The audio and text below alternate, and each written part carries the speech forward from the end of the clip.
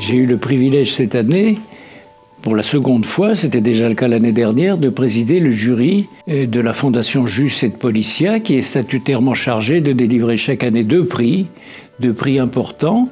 Un qui consacre, dans le cadre des facultés de droit et de sciences politiques, l'innovation, et l'autre qui concerne la recherche. Cet exercice de jury était très enrichissant, car nous avons eu des candidatures de grande qualité, une quinzaine pour le prix de la recherche, 7 ou 8 pour le prix de l'innovation, et qui étaient vraiment des travaux de grande qualité.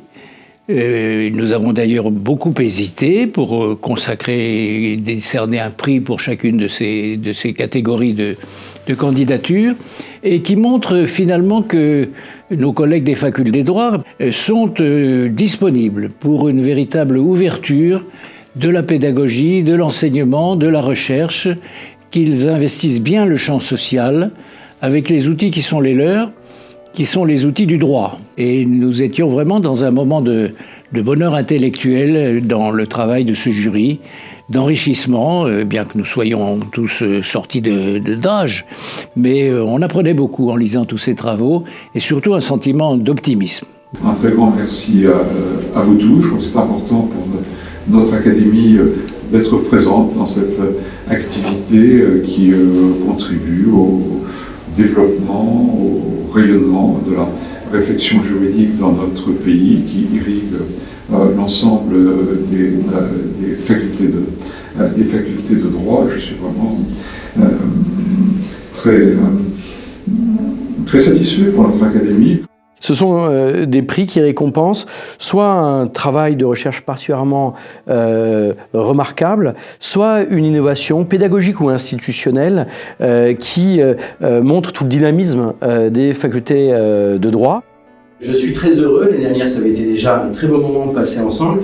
Et cette année, nous avons eu effectivement de beaux projets et nous avons été vraiment heureux de lire de belles choses.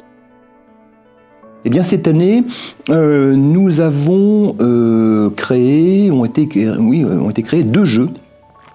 Un premier jeu, que je vais détailler dans un instant, qui s'appelle « Qui veut devenir député européen » ou « Qui sera député européen » et un second jeu qui sera président de la Cour de justice. À cela s'ajoutent des fiches qui sont des fiches qui relèvent d'une sorte de jeu de rôle. Au Parlement européen, il y a 5-6 formations politiques de coloration politique différentes, et donc chaque joueur incarne une formation politique, et selon les cases là aussi où il tombe, il doit, en fonction de la couleur politique de son parti, défendre telle ou telle prise de position, défendre tel ou tel élément d'actualité. Jeu de dés, des pions, on peut jouer à 6. Le jeu fonctionne parfaitement bien et mes étudiants, vraiment que je remercie, ont fait un travail formidable de conception. Ce jeu n'est pas un support de cours. Je n'enseigne pas le droit de l'Union européenne en jouant. J'ai été très admiratif de voir que ce qu'on a pu dire en cours, ce qu'ils ont pu faire, ont aidé, ce qu'ils ont appris durant ces quelques années, eh bien, ils le restituent parfaitement grâce à ce jeu. Donc c'est une fierté de ce point de vue-là.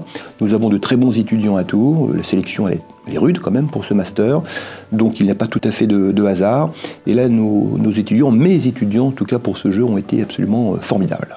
Les objectifs, ils étaient multiples et nombreux. Le premier, c'était en quelque sorte de se saisir de la pratique sur l'établi et ainsi de rationaliser certaines intuitions. Donc éprouver aussi la limite des arguments. Un des autres objectifs, c'était aussi d'avoir une introduction au droit en montrant que penser en juriste est finalement une capacité qui est au centre normalement des formations dans les facultés de droit, qui va au-delà des détails techniques et des matières techniques.